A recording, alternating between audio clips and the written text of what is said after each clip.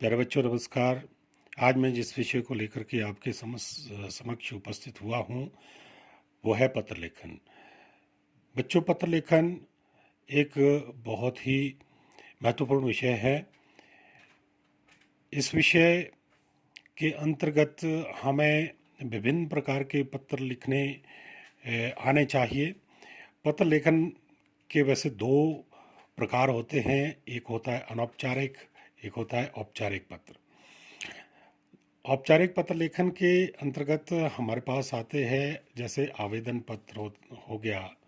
आवेदन पत्र के अंतर्गत भी कुछ नियुक्ति पत्र होते हैं, कुछ प्रार्थना पत्र होते हैं, फिर शिकायती पत्र होते हैं औपचारिक लेखन में, पत्र लेखन में। तो तीसरा होता है पूछताछ एवं समस्यामूलक पत्र भी होते हैं। चौथी प्रकार के औपचारिक पत्र होते हैं संपादक के नाम पत्र होते हैं। अनौपचारिक पत्र में आते हैं हमारे जैसे कोई निकटवर्ती संबंधी होते हैं, उन्हें पत्र लिखना हो, या मित्रों को पत्र लिखना हो, या परिवार के किसी व्यक्ति को पत्र लिखना हो, तो वो अनौपचारिक पत्र में आते हैं। तो आज हम जिन विशेष पत्र लेखन के बारे में जानकारी देंगे आपको, वो है औपचारिक पत्र लेखन। उसमें भी औपचारिक पत्र लेखन के अंतर्गत आवेदन पत्र में भी प्रार्थना पत्र, क्योंकि आप बच्चों के जीवन में सबसे पहले यदि कोई पत्र लेखन आना चाहिए तो वो है प्रार्थना पत्र। तो प्रार्थना पत्र आप सभी वैसे तो लिखते ही हैं, लेकिन देखने में ये आता है कि आप हर प्रार्थना पत्र में हर विद्यार्थी कोई ना कोई गलती करते हैं, कोई ना कोई क्या बहुत सारी गलतियां करते हैं। अगर दो तीन गलतियां हो तो उसको कुछ हद तक क्षमा भी किया जा सकता, लेकिन जब गलतियां पत्र में तीन चार से अधिक होने लग जाए तो वो पत्र नहीं रहता, वो गलतियों का एक पिटारा सा बन जाता है। तो आपसे ये उम्मीद रहेगी कि आज के इस वीडियो के बाद आप प्रार्थना पत्र लिखने में कोई गलती नहीं करेंगे। जैसे आपने प्रार्थना पत्र लिखना है, मैंने यहाँ पर आपको पहले से लिख रखा है एक डेमोन्स्ट्रेशन के लिए, ताकि आपका वीडियो भी कम बने। तो छुट्टी के लिए आवेदन पत्र या प्रार्थना पत्र है। आपने अपने विद्यालय से अवकाश पर रहना है। जिस प्रार्थना पत्र को आप सबसे ज़्यादा लिखते हैं वो है छुट्टी के लिए प्रार्थना पत्र। तो ये सभी भी विद्यार्थी लिखते हैं क्योंकि उन्हें छुट्टी पर जाना होता है। तो ये प्रार्थना पत्र सबसे पहले आप लोगों को आना चाहिए। उसके बाद हम बाकी प्रारूप की बात करेंगे कि प्रार्थना पत्र का प्रारूप क्या होना चाहिए, और अन्य पत्रों का शिकायती पत्र या पूछताछ के लिए या संपादक के नाम जो पत्र लिखे जाते हैं, या फिर अनौपचारिक पत्र है उनके क्या क्या प्रारूप होते हैं, उसके बारे में हम डिटेल में बाद में जानकारी प्राप्त करेंगे। लेकिन सबसे पहले जो हमें आना चाहिए वो है हमारे प्रार्थना पत्र, जो हम अपने प्रधानाचार्य या मुख्याध्यापक के नाम से लिखते हैं, जिसमें आए दिन हम गलतियां करते रहते हैं, और ये गलतियां बच्चों जीवन पर्यंत फिर बनी रहती हैं। बड़े होकर के भी फिर सुधारने का अवसर बहुत कम मिलता है हमें, क्योंकि जो गलतियां रह जाती हैं उसको सुधारना फिर ये विद्यार्थी जीवन ही है जिसमें हम सुधार कर सकते हैं। बाद में वो गलतियां हमारे जीवन के साथ चली रहती है। तो आप कोशिश ये करिए, उम्मीद मैं भी ये करता हूँ कि आप इस वीडियो के बाद उन गलतियों को रिपीट ना करें जो हम करते आए हैं, और जिनको हम आदतन या किसी जिस प्रकार से हम लिखते आए हैं, परिपाटी जैसी चली है उसके कारण भी कई गलतियां करते हैं, उसमें भी हम सुधार करेंगे। सबसे पहले तो बच्चों हमें क्या करना है कि हमें एक पेज पर ही प्रार्थना पत्र लिखना है। ये नहीं करना है कि आपने एड्रेस कर दिया प्रधानाचार्य को एक पेज पर और दूसरे पेज पर आपने विवरण दे दिया या अपना पता दूसरे पेज पर दे दिया। वो आपने पेज को जब तक आपका पूरा पता उसमें नहीं जाता है तब तक आपने उसी पेज पे रहना है। आपने शुरू से लेकर अंत तक एक पेज लेना है, वो चाहे आपका परीक्षा पत्र हो या फिर आपने प्रधानाचार्य को एप्लीकेशन या प्रार्थना पत्र लिखना है, वास्तविक तौर पर लिखना है, तब भी आप एक पेज पर ही देते हैं। या फिर ये करते हैं कि दो पेज लेते हैं, एक पेज पर आप एड्रेस देते हैं, दूसरे पेज पर उसका विवरण देते हैं। नहीं, ऐसा नहीं करते। तो इसी तरह से आपने प्रार्थना पत्र जब परीक्षा में भी लिखना है तो आपने एक पेज चुनना है, शुरू से अंत तक उसको उस प्रार्थना पत्र को उस पेज पर ही आना चाहिए। सबसे पहली बात ये, ठीक। अच्छा, दूसरी बात यह है कि जब भी आपने प्रार्थना पत्र लिखना है, जिस पेज पर लिखना है या परीक्षा पत्र पर लिखना है, तो आपने बाईं तरफ से उसको 1 इंच अंदर की ओर मोड़ लेना है, ताकि आपका जो लिखने का तरीका है वो आपका बन सके। आपकी ये जो लाइन है उसको आप क्रॉस ना कर पाए। अगर आप पेंसिल से ड्रॉ कर सकते हैं, लाइन ड्रॉ कर सकते हैं, वो भी अच्छी बात है। अगर आपके पास पेंसिल या स्केल नहीं है तो आप इसको फोल्ड करके वो काम कर सकते हैं। तो इससे आपका जो प्रार्थना पत्र है लिखेंगे आप, वो आकर्षक लगेगा और एक पैटर्न सा बन जाएगा। अच्छा, तीसरी बात यह है कि भी आप जब भी प्रार्थना पत्र लिखें उसको शुद्धता के साथ लिखें। उसमें आपकी अशुद्धियों का कोई चांस रहता ही नहीं है। प्रार्थना पत्र में कोई एक भी अशुद्धि नहीं होनी चाहिए, क्योंकि कोई भी प्रार्थना पत्र हो सभी उसको बड़े गौर से पढ़ते हैं, और अगर कोई गलती निकाल दे तो फिर वो हास्य का कारण बन जाता है। तो इसलिए हमें करना यह है कि उसमें गलतियां ज़ीरो गलती करनी है, कोई गलती नहीं करनी है। तो उसमें हमारे को जो हम ये विराम चिन्ह लगाते हैं उसमें भी गलती की कोई गुंजाइश नहीं रखनी है। तो सबसे पहले जो हम ऊपर लिखेंगे प्रार्थना पत्र में, आज हम प्रार्थना पत्र ही सीखेंगे। मैंने आपको कहा प्रारूप के बारे में मैं आपको बाद में जानकारी दूंगा कि ये जो ऊपर का हिस्सा है इसको क्या बोलते हैं, ये वाला जो हिस्सा है उसको क्या, अंत वाले हिस्से को क्या बोलते हैं, बीच वाले हिस्से को क्या बोलते हैं। इसके बारे में मैं आपको किसी दूसरे वीडियो में पूरी डिटेल में जानकारी दूंगा। लेकिन सबसे पहले जो आपका व्यवहारिक है, जो आपके व्यवहार में काम आने वाली चीज़ है, वो है प्रार्थना पत्र। इसके बारे में आप सबसे पहले जानकारी प्राप्त कर लीजिए। तो सबसे पहले हमने ऊपर लिखा सेवा में। सेवा में के लिखने के बाद, और सेवा में कहाँ से शुरू किया, जहाँ पर हमने वो फोल्ड किया हुआ है उसकी जो लाइन बनी हुई है वहाँ से हमने ऊपर शुरू किया इसको लिखना। सेवा में अक्सर बच्चे ये गलती करते हैं, मैं दो मात्राएं लगा लेते हैं, ए की मात्रा लगा लेते हैं, लेकिन इसमें ए की मात्रा लगेगी और साथ में अनुस्वार लगेगा सेवा में। और उसके बाद भी गलती करते हैं कि यहाँ पर आप अल्प विराम का चिन्ह लगाते हैं सेवा में के बाद, जो नहीं लगना है। अल्प विराम यहाँ पर नहीं लगेगा, कोई भी विराम चिन्ह यहाँ पर नहीं लगेगा। सीधा हमने उसके बाद सेवा में के बाद जिस स्थान से आपने सेवा में शुरू किया, ठीक उसी लाइन से नीचे से प्रारंभ करना है। दूसरी लाइन में प्रधानाचार्य लिखना है। उसके बाद आपने अल्प विराम वहाँ पर लगाना है। यहाँ पर आप अल्प विराम लगा सकते हैं, या प्रधानाचार्य जी जी अगर लगाते हैं तो जी के बाद लगाना है, या कई प्रधानाचार्य महोदय भी लगाते हैं तो महोदय के बाद लगाना है।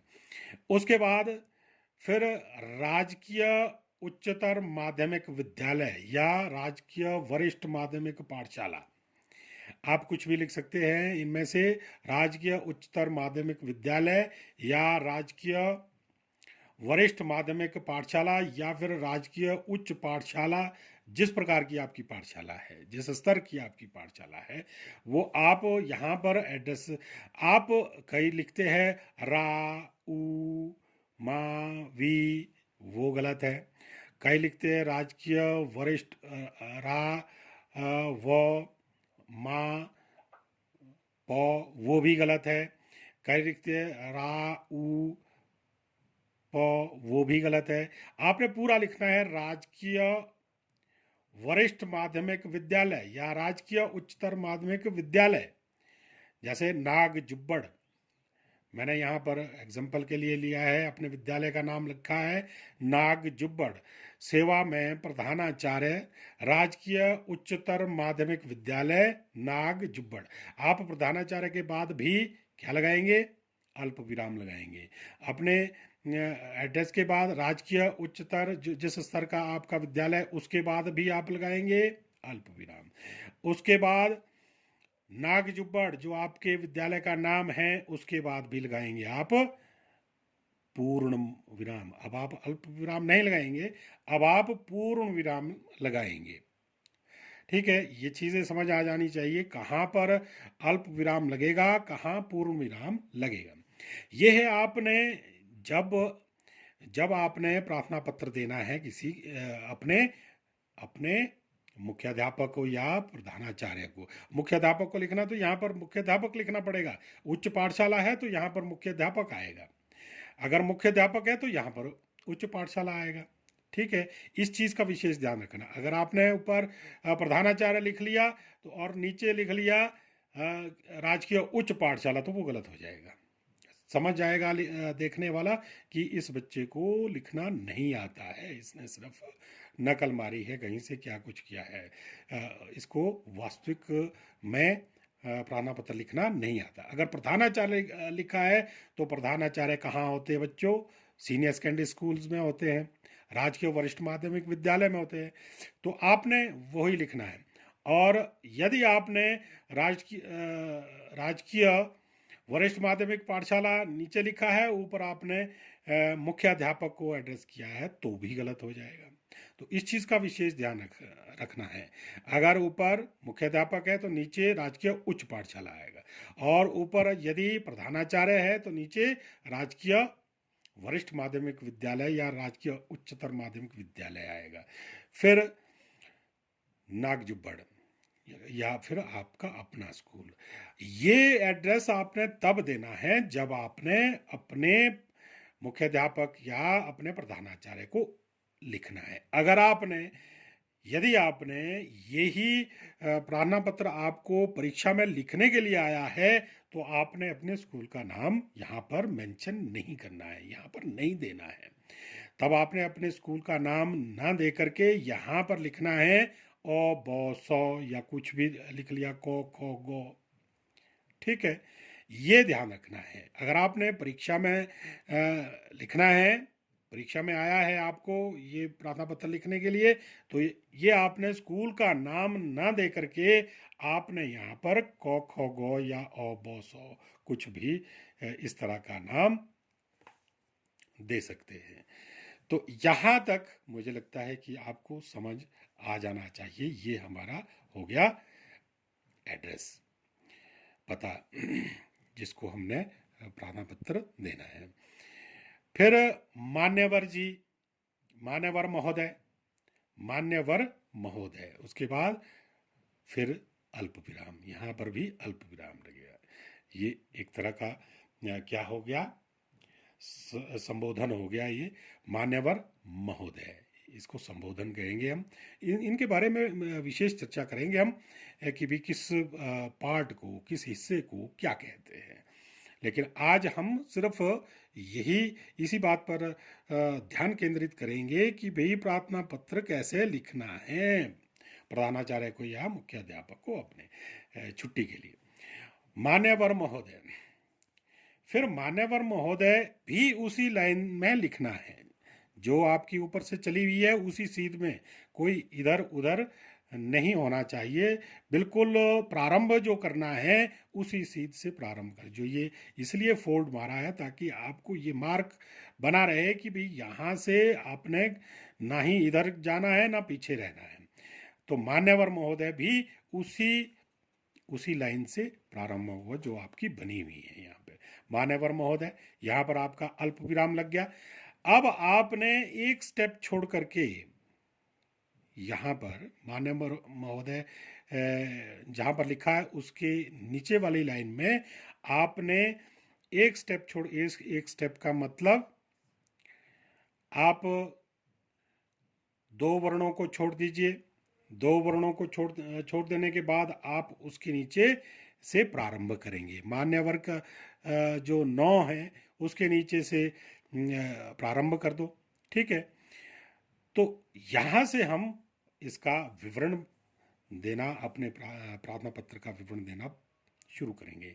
निवेदन है कि मेरी बड़ी बहन का विवाह 16 मई 2021 को शिमला में होना निश्चित हुआ है। ये पहली लाइन भी क्या, पहले स्थिति की जानकारी दे रहे हैं हम लोग।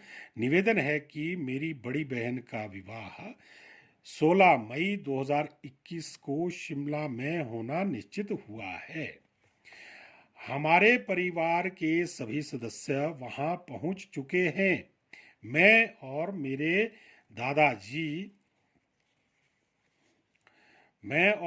दादाजी 15 मई को सुबह की गाड़ी से शिमला जाएंगे। कृपया मुझे 15 मई मात्र एक दिन का अवकाश प्रदान करें। अब इसमें देखने वाली चीज क्या है, 15 मई को जाएंगे, ठीक है, दादाजी और मैं 15 मई को जाएंगे और विवाह है 16 मई का, और मैंने छुट्टी किस दिन की मांगी, कृपया मुझे 15 मई मात्र एक दिन का अवकाश दें, एक दिन का। और 16 को शादी है, 16 को मैरिज है, ठीक है, शिमला में। तो फिर 16 की छुट्टी ना लेकर के 15 की ही छुट्टी में क्यों ले रहा हूं, इसका क्या कारण है? देखो बच्चों, प्रैक्टिकली हमने सोचना है कि इसके पीछे का कारण, ये गलत नहीं है, ये बिल्कुल ठीक है, एक दिन का अवकाश चाहिए। और 16 की शादी है, वो भी अटेंड करनी है। कैसे? क्योंकि 16 को इतवार है, रविवार है, छुट्टी का दिन है, इसलिए इसको हमने मेंशन किया ही नहीं है। तो हमारे को छुट्टी किस दिन की चाहिए? 15 मई की। 16 मई को तो इतवार है, उस दिन तो छुट्टी है ही है, और 17 को हमने आ जाना है स्कूल। तो इसलिए ये चीजें ध्यान में देनी है कि हमने कहाँ पर क्या लिखना है। प्रेजेंस ऑफ माइंड आप बिल्कुल उपस्थित रहने चाहिए दिमागी तौर पर कि भी क्या, कहाँ, कैसे लिखना है। दिन का अवकाश प्रदान करे। आपका आज्ञाकारी शिष्य योगेश चंद शर्मा। मैंने ये अपना नाम लिखा है, कक्षा 10वीं, मैंने 10वीं कक्षा में अपने को नामांकित कर दिया है। क क्या है, मेरी सेक्शन है, ठीक है। अनुक्रम क्रमांक मेरा 1 है। तिथि 14 मई 2021। ये 14 मई क्या है? जिस दिन मैं एप्लीकेशन दे रहा हूँ प्रधानाचार्य को, जिस दिन मैं अपने प्रधानाचार्य को ये अर्जी दे रहा हूँ सैंक्शन करने के लिए, छुट्टी सैंक्शन करने के लिए, मंजूरी के लिए, जो प्रार्थना पत्र दे रहा हूँ वो किस तारीख को दे रहा हूँ? 14 मई। अब तारीख लिखने का भी इसमें तरीका होता है बच्चों, जैसे मैंने ऊपर भी लिखी है, का विवाह, बहन का विवाह 16 मई 2021 को शिमला में होना निश्चित। 16 मई हम इस तरह से लिखेंगे, 16 मई, उसके बाद अल्प विराम, 16 मई के बाद अल्प विराम, अल्प विराम के बाद फिर 2021 लिखेंगे। वैसा ही यहां पर लिखेंगे तिथि, अनुक्रमांक के बाद अंत में क्या लिखेंगे? तिथि। तिथि में क्या होगा? ये 2 बिंदियाँ जो हम लगा लेंगे यहाँ पर, इसके बारे में भी हम बताएंगे आपको कि ये क्या है। 14 मई के बाद फिर अल्प विराम लगाएंगे और 2021 लिख लेंगे। ये हो गया आपका प्रार्थना पत्र पूर्ण। तो आपने विशेष तौर पर इसकी प्रैक्टिस अवश्य करनी है, बिना देखे, बिना इसको देखे कोई एक भी गलती, आप स्वयं इसके लिए अपना मूल्यांकन कर सकते हैं कि कहाँ मैंने क्या गलती की है। आप 2-3 बार ये उतारना नहीं है, बल्कि अपने आप को स्वयं लिखना है, और बिना एक भी गलती के कोई भी एक भी चिन्ह जो आपके विराम चिन्ह हैं, विराम चिन्ह की भी एक भी गलती न करते हुए आपने एप्लीकेशन ये प्रार्थना पत्र लिखना है। और जब आपका प्रार्थना पत्र पूरी तरह से बिल्कुल ठीक हो जाए, तब आपने समूह में मुझे भी साझा करना है कि मैंने ये स्वयं लिखा है। मैं विश्वास कर लूँगा कि आपने स्वयं लिखा होगा। तो आपने ये मान के चलना है कि भाई आज ये जो हमारे को नहीं आती थी, इस तरह से लिखनी नहीं आती थी, इसका प्रारूप इस तरह से लिखना नहीं आता था, वो आज आपने सीखना ही सीखना है। इसके बाद मैं विश्वास करता हूँ, मैं ये मानता हूँ कि आप ये गलतियाँ जो हम बहुत बड़ी गलतियाँ हैं, ये हम मान के चलते हैं कि ये कोई गलतियाँ हैं नहीं है, लेकिन जब हमें कहीं ये प्रार्थना पत्र लिखना होता है, तब जब हमें वो नहीं लिखना आता, या हम कोई एक्सक्यूज़ बना देते हैं कि मेरे तो जी ऐनक रह गई, मेरे से तो दिखता नहीं है, या मेरा तो हाथ कांपता है जी, कई मारते हैं ना, बहाना मारते हैं। आपने बड़े लोग भी देखे होंगे कि जी मेरी तो राइटिंग नहीं है थोड़ी ठीक, इसलिए आप लिख लो, क्योंकि उनको दरअसल में वो चीज़ आती नहीं है। तो ये शर्मिंदगी आपको भी ना उठानी पड़े, तो आपने करना क्या है कि इसको बिल्कुल शुरू से अंत तक क्रमवार हम समझते जाएंगे कि किस तरह से हमने ये प्रार्थना पत्र लिखना है। इसके बाद मैं आपको और भी जितने भी तरह के पत्र हैं उनको भी सिखाऊंगा, और हर पार्ट के बारे में विस्तृत जानकारी दूंगा। सबसे पहले आप ये करें कि भाई आप जो रोज़ लिखते हैं आवेदन पत्र, उसको पहले दुरुस्त कीजिए, उसको पहले ठीक कीजिए, क्योंकि इसी में आप लोग सबसे ज़्यादा गलती करते हैं, जो आप सबसे ज़्यादा लिखते हो। तो फिर आगे क्या समझेंगे हम, जब तक हमें वो चीज़ मालूम नहीं है जिसका हम बार बार प्रयोग करते हैं, उसको हम ठीक तरह से जब तक प्रयोग नहीं कर पा रहे हैं, तो हम उसके बारे में आगे विस्तृत जानकारी करके क्या करेंगे। पत्र लेखन की बहुत सारी जो विधाएं हैं, उसके बारे में जान करके करेंगे क्या, जबकि हमारे को जो बेसिक पत्र है, जो प्रारंभिक पत्र है, वही लिखना नहीं आ रहा है। तो आप अभी के अभी एक कागज़ उठाइए और पेन उठाइए, इसको देखिए और स्वयं लिखने की कोशिश करिए। एक बार गलत होगा, आप स्वयं उसको देखिए कि मेरी गलती क्या हुई है। इसको सुनने के बाद आप इसको बंद करिए, करके फिर स्वयं करिए, फिर इसके साथ टैली करिए, और उसके बाद फिर आंकलन करिए अपना, और अपनी गलतियों को छांटिए कि कितनी गलतियां की हैं। उसके बाद फिर जा कर के फिर से करिए। अगर गलतियां 2 से ज़्यादा है तो फिर से करिए। 2 से ज़्यादा क्या, एक भी गलती नहीं होनी चाहिए कहीं भी, तब जा कर के हमारा प्रार्थना पत्र सही रहता है। तो आज हमने बच्चों इसको सीखा है, आप इसी प्रकार मेरे साथ बने रहें आगे भी।